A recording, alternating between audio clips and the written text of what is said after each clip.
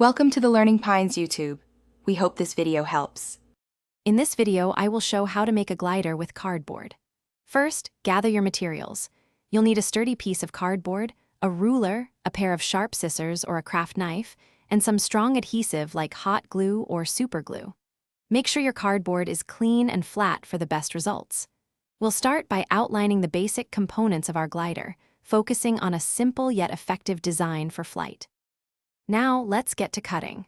Carefully measure and cut your main body piece to approximately 10 inches long and 1.5 inches wide. For the wings, aim for 2 pieces, each about 6 inches long with a 2-inch cord. Don't forget the tail section. A 3-inch wide horizontal stabilizer and a 2-inch tall vertical fin are essential for stability. Precision here makes a big difference. With all your pieces cut, it's time for assembly. Carefully attach the wings to the main body, making sure they are perfectly centered and level for balanced flight. Next, secure the horizontal stabilizer to the very rear of the body. Finally, glue the vertical fin directly on top of the horizontal stabilizer. Allow ample drying time for all your adhesive points to ensure a strong, durable build. Now for the fun part, testing. Find an open space and give your glider a gentle toss. Observe its flight path.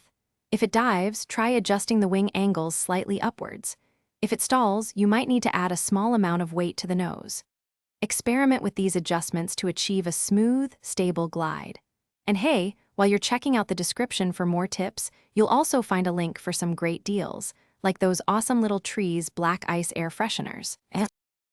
Thanks for watching. Consider subscribing if we helped you.